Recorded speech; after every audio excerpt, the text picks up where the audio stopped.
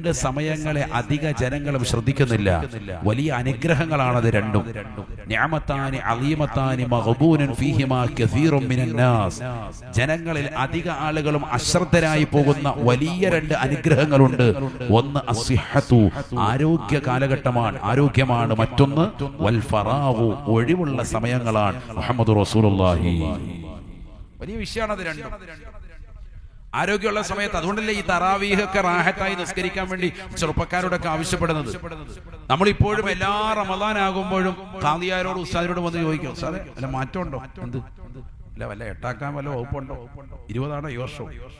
എല്ലാ വർഷവും തെളിവ് അന്വേഷിച്ചുകൊണ്ട് കിടക്കുക. ഇപ്പോഴും നിനക്ക് സുന്നിയായ നിനക്ക് ഇപ്പോഴും ഒരു അടിസ്ഥാനം വന്നില്ല. എല്ലാ വർഷവും ആകുമ്പോഴത്തേക്കും നിനക്ക് ഇതിന്റെ തെളിവുകൾ അന്വേഷിച്ചുകൊണ്ട് കിടക്കുക. 20 തന്നെയാണോ എന്ന് വീണ്ടും വീണ്ടും വീണ്ടും നടക്കുക. അത് ഉറപ്പിക്കുക നീ. എന്നിട്ട് 20 റക്അത്ത് റാഹത്തായി നിസ്കരിക്കുക. വിത്ര നമസ്കാരം പൂർത്തിയായി നമസ്കരിക്കുക. ആ വിത്ര റമദാൻ കഴിഞ്ഞാൽ തുടർത്തിക്കൊണ്ടുവരാൻ പരിശ്രമിക്കുക. റമദാൻ കഴിഞ്ഞിട്ട് ആരെങ്കിലും ഇപ്പൊ വിത്ര കൊണ്ടുവരുന്നുണ്ടോ? ഫർള് പോലും ഇല്ല, പിന്നല്ലേ വിത്ര. അല്ലാഹു നമ്മളെ കാക്കുമാറാവട്ടെ. ഫർളായ നമസ്കാരങ്ങൾ ഗൗനിക്കുന്നവർ എത്ര പേര്? അതിന്റെ ജമാഅത്തുകളെ ശ്രദ്ധിക്കുന്നവർ എത്ര പേർ? അതിന് മുമ്പ് ശേഷമുള്ള റവാത്തിബുകളെ ശ്രദ്ധിക്കുന്നവർ എത്ര പേർ? വിത്ർ അടക്കമുള്ള സുന്നത്തുകളെ കൃത്യമാക്കുന്നവർ എത്ര പേർ? ദുഹാ നമസ്കാരം ഗൗനിക്കുന്നവർ എത്ര പേർ? ദുഹാ നമസ്കാരത്തിന് മറ്റൊരു പേര് കൂടിയുണ്ട്, സ്വലാത്തുൽ ഹല്ല്. ഒരുപാട് ഭാഗ്യം കൊണ്ടുവരുന്ന, സൗഭാഗ്യങ്ങൾ വലിച്ചു കൊണ്ടുവരുന്നതായ നമസ്കാരം എന്നുകൂടി സ്വലാത്തുൽ ദുഹായ്ക്ക് മറ്റൊരു പേരുണ്ട്. നമുക്ക് അല്ലാഹു സുബ്ഹാനഹു വ തആല ജീവിതത്തിൽ എന്തെങ്കിലും ഖൈർ ബറകാത്തുകൾ ഏകിയിട്ടുണ്ടെങ്കിൽ 2 റക്അത്ത് ദുഹാ നമസ്കരിക്കണം. ഒരു 7:30 മണിക്ക് തുടങ്ങി ളുഹറിന് മുമ്പായിട്ട് നമസ്കരിച്ചാൽ മതി. 2 റക്അത്ത്. ഒരു 8 മണിക്ക് നമസ്കരിക്കുകയാണെങ്കിൽ ഏറ്റവും ബെറ്റർ സമയമാണ്. 2 റക്അത്ത് ദുഹായുടെ സുന്നത്ത് നമസ്കാരം അല്ലാഹു തആല കൊണ്ട് നിസ്കരിക്കുന്ന ഏറ്റവും ചുരുങ്ങിയത് 2 റക്അത്തെങ്കിലും നിസ്കരിക്കും. നിസ്കരിച്ചിട്ട് ദുആയിലേക്ക്, അല്ലാഹുവേ എന്റെ ജീവിതത്തിൽ നീ എനിക്ക് ഖൈർ ബറകാത്തുകൾ ഏകിയിട്ടുണ്ടെങ്കിൽ അതെനിക്ക് നൽകാതിരിക്കരുത്. ആ ഖൈറുകളെല്ലാം എനിക്ക് നീ നൽകണേ എന്ന് പടച്ചറബ്ബിനോട് തേടി ഉറപ്പായി തരും. ഒരുപാട് സൗഭാഗ്യങ്ങൾ കൊണ്ടുവരുന്ന നമസ്കാരമാണ് ദുഹാ നമസ്കാരം. ഇതൊക്കെ റമദാനിൽ നമസ്കരിച്ചിരുന്ന സഹോദര സഹോദരിമാരാണ് നമ്മളെങ്കിൽ ഇന്നത് തുടർത്തിക്കൊണ്ടുവരുന്നവരുണ്ടോ?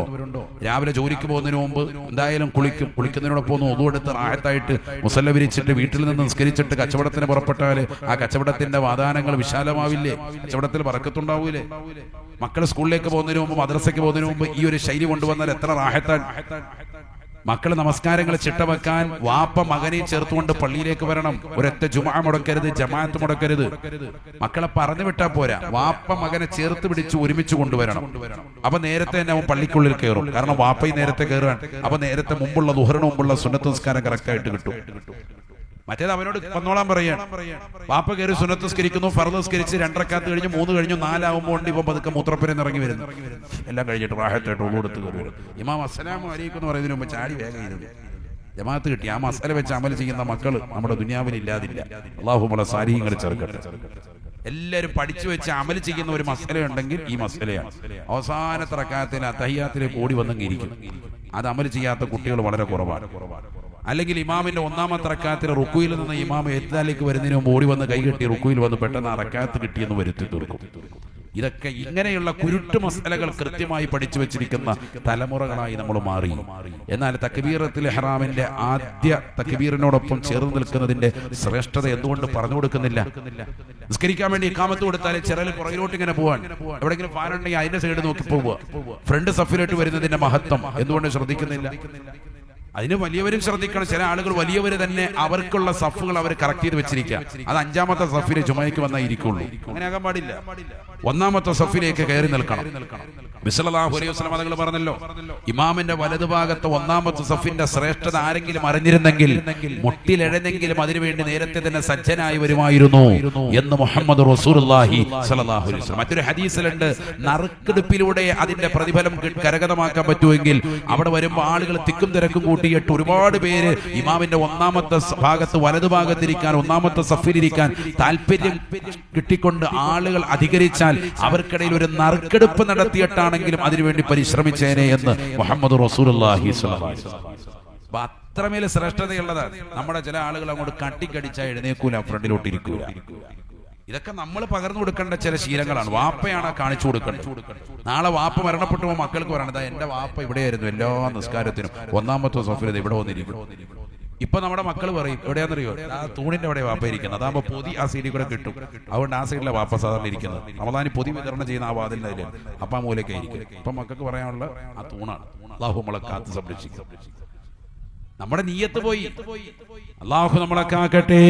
നിയ്യത്ത് നല്ലതെങ്കിലും തും ചെയ്യടോ, തൗഫീഖ് പിന്നിൽ നിന്ന് തള്ളി തരുമടോ. നല്ല നിയ്യത്തുണ്ടെങ്കിൽ മാത്രമേ രക്ഷപ്പെടുകയുള്ളൂ. പരിശുദ്ധമാക്കപ്പെട്ടതാകുന്ന സ്വഹാബത്ത് സ്വർഗം കൊതിച്ചതാകുന്ന ആളുകളാണ്. ബദറിന്റെ രണാങ്കണത്തിലേക്ക് യുദ്ധത്തിന്റെ കാഹളം മുഴങ്ങി. നബി സല്ലല്ലാഹു അലൈഹി വസല്ലമ തങ്ങൾ സ്വഹാബത്തുമായിട്ട് ബദറിലേക്ക് മാർച്ച് ചെയ്യുമ്പോ മഹാനാകുന്ന ഉമൈർ ഇബ്നു അബീ വഖാസ് റളിയല്ലാഹു അൻഹു 16 വയസ്സുള്ളതാകുന്ന ചെറുപ്പക്കാരനാണ്. 16കാരനായ ഉമൈർ ഇബ്നു അബീ വഖാസ് റളിയല്ലാഹു അൻഹു ബദറിലേക്ക് വരാനുള്ള വല്ലാത്ത താല്പര്യം. പക്ഷേ വയസ്സുകൊണ്ട് തനിക്ക് ചെറുപ്പമാണ്. പ്രവാചകരെ കണ്ടാൽ തന്നെ മാറ്റിവിടും, ഉറപ്പാണ്. 16 വയസ്സുള്ള ചെറുപ്പക്കാരൻ ബദറിൽ വന്നുകൊണ്ട് ഷഹീദാകാൻ വല്ലാതെ കൊതിക്കുകയാണ്. ബഹുമാനപ്പെട്ടവർ മാറി മാറി മാറി നടക്കുന്നു. അല്പനേരം പ്രവാചകരുടെ അനുയായികളുടെ പിറകിലുണ്ടാകും. പിന്നീട് കുറ്റിക്കാട്ടിലേക്ക് പോയി ഒളിക്കും, വീണ്ടും വന്ന് നിൽക്കും. അങ്ങനെ മാറി മാറി ബഹുമാനപ്പെട്ടവർ സഞ്ചരിക്കുന്നു. മദീനയിൽ നിന്നിതാ യാത്ര പുറപ്പെട്ടതാകുന്ന സ്വഹാബത്ത് അല്ലാഹുവിന്റെ റസൂലിനോടൊപ്പം ഇങ്ങനെ മാറി മാറി സഞ്ചരിക്കുന്നതാകുന്ന കുട്ടിയെ ആളുകൾ കാണുകയാണ്. ഒരാൾ ചോദിച്ചു, എന്തേ ഉമൈറേ, എന്തിനാണ് ഇങ്ങനെ നീ കാണിക്കുന്നത്? 16കാരനാകുന്ന കുട്ടി പറയുകയാണ്, ചെറുപ്പക്കാര് പറയുകയാണ്, ആധുനിക നവതലമുറയിൽ ഭൗതിക ലോകത്തിന്റെ വിരിമാറിലേക്ക് കടന്നു പോകുന്ന പ്രിയപ്പെട്ട കാസർഗോഡുള്ള മുസ്ലിം സഹോദരങ്ങളെ പഠിച്ചു വെക്കേണ്ട പാഠമാണ്. ഉമൈർ ഇബ്നു അബീ വഖാസ് റളിയല്ലാഹു അൻഹു പറയുകയാണ്, എനിക്ക് പരിശുദ്ധമാക്കപ്പെട്ട ബദറിൽ പങ്കെടുക്കണം, എനിക്ക് ഷഹീദാവണം. ശത്രുക്കളെ വെട്ടേറ്റുകൊണ്ട് വാളിനാൽ മുറിവേറ്റ് അമ്പിനാൽ കുത്തേറ്റ് മരിക്കാനുള്ള കൊതിയോടുകൂടി ബദറിലേക്ക് മാർച്ച് ചെയ്തുകൊണ്ട് കടന്നു വരുന്ന സ്വഹാബത്തിനോടൊപ്പം ചേർന്ന് നിൽക്കാൻ 16കാരന്റെ ഹൃദയത്തെ പാകപ്പെടുത്തിയ വസ്തു എന്നാണ് ഈമാനാണ്. അല്ലാഹുവിനോടും റസൂലിനോടുമുള്ള ഇഷ്ടമാണ്. ഇന്ന് പരിശുദ്ധമായ പള്ളിയുടെ അകത്തലങ്ങളിൽ ളുഹറില്ല, അസറില്ല, മഗ്രിബില്ല, ഇശായില്ല. പരിശുദ്ധ റമദാൻ കഴിഞ്ഞതേയുള്ളൂ. റമദാനിൽ നേടിയെടുത്ത ആർജവം എവിടെ? തറാവീഹ് നേടിയെടുത്തതാകുന്ന ഇബാദത്തിലുള്ള താല്പര്യം എവിടെ? ദുഹാ നമസ്കാരത്തിലൂടെ നീ നേടിയെടുത്തതാകുന്ന താല്പര്യം എവിടെ? തഹജ്ജുദിലൂടെ നീ നേടിയെടുത്ത ആത്മീയത എവിടെ?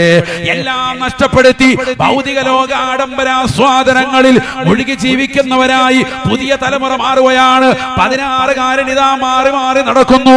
ബദറിൽ വന്നുകൊണ്ട് ഷഹീദാകാനുള്ള കൊതിയാണ്. അവസാനം അദ്ദേഹം പറയുകയാണ്, എന്റെ പ്രായം കൊണ്ട് നബി തങ്ങൾ എന്നെ മടക്കുമെന്ന് ഞാൻ വല്ലാതെ ഭയക്കുന്നു. അദ്ദേഹത്തിന്റെ ഭയം പോലെ നബി തങ്ങൾ അദ്ദേഹത്തെ കാണുകയാണ്. നബി തങ്ങളുടെ കണ്ണിലുടക്കി ആ അനുയായി നബി തങ്ങൾ വിളിച്ചു. 16കാരനാകുന്ന ഉമൈർ ഇബ്നു അബീ വഖാസ് എന്ന ചെറുപ്പക്കാരനോട് അല്ലാഹുവിന്റെ റസൂൽ പറയുകയാണ്, പൊന്നുമോനെ, നിനക്ക് ഞങ്ങളോടൊപ്പം വരാൻ പറ്റില്ല. ഉമൈർ ഇബ്നു അബീ വഖാസ് റളിയല്ലാഹു അൻഹുവിനോട് 16കാരനോട് നബി തങ്ങൾ പറയുകയാണ്, ഇതാ 63 വയസ്സുള്ളതാകുന്ന ആളുകൾ വരെ നമ്മളോടൊപ്പമുണ്ട്, നീ ഞങ്ങളോടൊപ്പം വരരുതേ. നാളെ ലോകം പറയും 16കാരനാകുന്ന കുട്ടിയുമായിട്ടാണ് നബി തങ്ങൾ ബദറിലേക്ക് പോയത്. മുഹമ്മദ് വലിയ നീചനാണ്, കുട്ടികളെ പോലും ഇതാ കൊലയ്ക്ക് കൊടുത്തില്ലേ എന്ന് നാളെ ചരിത്രം രേഖപ്പെടുത്തും. അതുകൊണ്ടാണ് പ്രായം കുറഞ്ഞിട്ടുള്ള മക്കളെ ഞാൻ ബദറിലേക്ക് കൊണ്ടുപോകാത്തത്, നീ തിരിച്ചു പോകണേ എന്ന് നബി തങ്ങൾ നിർബന്ധം ചൊരുത്തിയപ്പോ 16കാരൻ പൊട്ടിക്കരയുകയാണ്. നബി തങ്ങളോട് പറയുന്നു, ഇല്ല വല്ലാഹി യാ റസൂലല്ലാഹ്, അല്ലാഹുവിനെ തന്നെയാണ് സത്യം, ഞാൻ മടങ്ങി പോകില്ല റസൂലേ, എനിക്ക് ഷഹീദാകണം ഹബീബേ. ശത്രുക്കളുടെ വെട്ടേറ്റുകൊണ്ട് ബദറിൽ മരിക്കലാണ് പടച്ച റബ്ബിന്റെ വിധിയെങ്കിൽ ഈ ഉമൈർ അതിന് സാക്ഷ്യം വഹിക്കാൻ തയ്യാറാണ്. അതിന് റെഡിയായിട്ടാണ് കടന്നു വന്നിട്ടുള്ളത്. അല്ലാഹുവിന്റെ റസൂലിനോട് നിർബന്ധം ചെലുത്തുകയാണ്, പിറകെ കൂടുകയാണ്. എത്ര പറഞ്ഞിട്ടും തിരിച്ചു പോകുന്നില്ല. താല്പര്യപൂർവ്വം നിൽക്കുന്ന ആ കുട്ടിയുടെ താല്പര്യം കണ്ടപ്പോ നബി തങ്ങൾക്ക് അവസാനം സമ്മതിക്കേണ്ടി വരുകയാണ്. പഠിച്ചു വെക്കണേ പ്രിയപ്പെട്ട മുസ്ലിമേ, പഠിച്ചു വെക്കേണ്ട പാഠമാണ്. നബി തങ്ങൾ വരണ്ട എന്ന് പറഞ്ഞിട്ട് പോലും ഷഹാദത്ത് ഒരുമിച്ച് ചൊല്ലാൻ, ഷഹാദത്ത് ഏറ്റെടുക്കാൻ, ഷഹീദിന്റെ പദവിയിലെ പദവിയിലേക്ക് പോകാൻ അല്ലാഹുമ്മ ർസുഖ്നി ഷഹാദ, പടച്ചറബ്ബേ എനിക്ക് ഷഹാദത്ത് നൽകണേ എന്ന് പറഞ്ഞ് പൊട്ടിക്കരഞ്ഞുകൊണ്ട് പരിശുദ്ധമാക്കപ്പെട്ട തക്ബീറിന്റെ മന്ത്രധ്വനികളുമായി ബദറിന്റെ രണാങ്കണത്തിൽ ശത്രുക്കടയിലേക്ക് ഇരച്ചു കയറിയതാകുന്ന ആ പ്രിയപ്പെട്ട ഉമൈർ ഇബ്നു അബീ വഖാസ് റളിയല്ലാഹു അൻഹു 16 ശത്രുക്കളുടെ വെട്ടേറ്റ് ബദറിൽ പിടഞ്ഞു വീണ് ഷഹീദായി ആ ജനാസ കണ്ടതാകുന്ന പ്രവാചകൻ പറയുകയാണ്, സ്വഹാബ സ്വർഗം പ്രതീക്ഷ വെച്ചുകൊണ്ട് കടന്നു വന്ന ചെറുപ്പക്കാരനാണ് ഷഹീദായി സ്വർഗം പുൽകിയെന്ന് ഹബീബ് മുഹമ്മദ് മുസ്തഫ. നമുക്ക് പറ്റുമോ ഇതേപോലെ ദീനിന് വേണ്ടി രക്തസാക്ഷിത്വം വഹിക്കാൻ വേണ്ടി ഇറങ്ങിത്തിരിക്കുക? നമുക്കിപ്പോ അതൊന്നും വേണ്ട. ബദറില്ല, ഉഹദില്ല, ഖന്തക്കില്ല, ഖൈബറില്ല, മാന്യമായ ജീവിതം നയിച്ച് അല്ലാഹു എന്ന ജഗന്നിയന്താവായ പരിപാലകനായ സർവേശ്വരനായ സർവാധിപതിയായ സർവലോക സൃഷ്ടിപ്പിൻ സംഹാരകർത്താവായ പടച്ചറബിന്റെ മുന്നിൽ ഒന്ന് സുജൂദ് ചെയ്യാൻ ഈ മക്കൾ തയ്യാറായാൽ മതി. 5 വഖത്ത് കൃത്യമായി നിസ്കരിക്കാൻ തയ്യാറായാൽ മതി. അതിന് നമുക്ക് സമയമില്ല. നമ്മളെപ്പോഴും 24 മണിക്കൂറും കളി, അത് പറ്റൂല. കളിയൊക്കെ വേണം. നേരത്തെ സൂചിപ്പിച്ച പോലെ നീന്തൽ മക്കളെ പരിശീലിപ്പിക്കണം, അവർക്ക് നല്ല അമ്പെയ്ത്ത് പരിശീലിപ്പിക്കണം, ആയോധന കലകളൊക്കെ വേണം. അതവരുടെ ശരീരത്തിലെ പിത്തം കുറയ്ക്കാനും അവരുടെ കായികക്ഷമത വർദ്ധിപ്പിക്കാനും സ്പോർട്സ്മാൻ സ്പിരിറ്റ് ഉണ്ടാക്കിയെടുക്കാനും ഒക്കെ അത് കാരണമായി തീരും. കുട്ടികൾ വലുതാകുമ്പോൾ ജയപരാജയങ്ങളെ നേരിടേണ്ടി വരുമ്പോ ചെറുപ്രായത്തിൽ കളിക്കുന്നതാകുന്ന മക്കൾ വലുതാകുന്ന സമയത്ത് അവരുടെ ജീവിതത്തിൽ ചിലപ്പോൾ ജയമുണ്ടാകും, പരാജയമുണ്ടാകും. ചെറിയ കാലഘട്ടത്തിൽ ചെറിയ കുട്ടിയായിരിക്കുമ്പോൾ കളികളിൽ തോൽവിയും പരാജയം ഉണ്ടായതാകുന്ന ആളുകൾ അവർ ആ സ്പോർട്സ്മാൻ സ്പിരിറ്റിലാണ് പിന്നെ ജീവിതത്തെ എടുക്കുക. കളിയിലൂടെ ഒരുപാട് കാര്യങ്ങൾ നേടിയെടുക്കുന്നുണ്ട്. കളികൾ നിസ്സാരമായി നമ്മൾ കാണരുത്. എല്ലാ ദിവസവും ഒരു അരമണിക്കൂർ 1 മണിക്കൂർ സമയം അസറിന് ശേഷം മഗ്രിബ് വരെയുള്ള സമയം കുട്ടികൾക്ക് കളിക്കാൻ വിടണം. അതിനൊന്നും ഇസ്ലാം എതിരല്ല. 24 മണിക്കൂറും കളി. മഗ്രിബിന്റെ സമയത്ത് ഭാഗം മുടക്കിയിട്ടുണ്ട്, റഫുകളെ അവസാനിപ്പിക്കുന്നില്ല, കളിച്ചുകൊണ്ടിരിക്കാൻ. ഇശായിന്റെ സമയത്തും കളിക്കുന്നു. തറാവീഹ് പോലും മുടക്കിക്കൊണ്ടുള്ള കളികൾ. രാത്രി എന്ന് പറയുന്ന മഹനീയമാകുന്ന ഒരു സമയത്തെ ഇബാദത്തിന് വേണ്ടി മുൻഗാമികൾ മാറ്റിവെച്ചതാകുന്ന ഒരു സമയം മുഴുവനും, രാത്രി മുഴുവനും ടറഫുകൾ ഉണർന്നുകൊണ്ടുള്ളതാകുന്ന കളികൾ, അതിനുവേണ്ടിയുള്ള മത്സരങ്ങൾ, അത് മാത്രം ജീവിതത്തിൽ ലക്ഷ്യം. ആഖിറം ലക്ഷ്യമല്ല, പരലോകം ലക്ഷ്യമില്ല. ഇത് മനുഷ്യന്റെ ഹൃദയത്തെ കടുകട്ടി സമ്മാനിക്കും. ഹൃദയം കട്ടിയായി പോകും. അല്ലാഹയെ കുറിച്ചുള്ള ഓർമ്മയുണ്ടാവില്ല. അല്ലാഹു നമ്മളെ കാത്തു സംരക്ഷിക്കട്ടെ. എല്ലാം വേണം, കളികളും വേണം, ഇബാദത്തും വേണം, എല്ലാം സമ്മിശ്രമാണ്. ആ ഇബാദത്തിനെ നിലനിർത്തിക്കൊണ്ട് തന്നെ ഉള്ളതാകുന്ന കാര്യങ്ങളായിരിക്കണം. ഇബാദത്തിന് കോട്ടം വരുന്ന രീതിക്കുള്ള അനിസ്ലാമികപരമാകുന്ന കളിതമാശകളും പാടില്ല. അത് വളരെ ശ്രദ്ധിക്കണം. അല്ലാഹു തൗഫീഖ് നൽകട്ടെ. അല്ലാഹു തൗഫീഖ് നൽകട്ടെ. ചുരുക്കി പറഞ്ഞാൽ രണ്ടും കൊണ്ടുപോകണം. ഈ വേനലവധി സമയത്ത് മക്കൾക്ക് പഠിപ്പിക്കാൻ പറ്റുന്നൊക്കെ പഠിപ്പിക്കാം.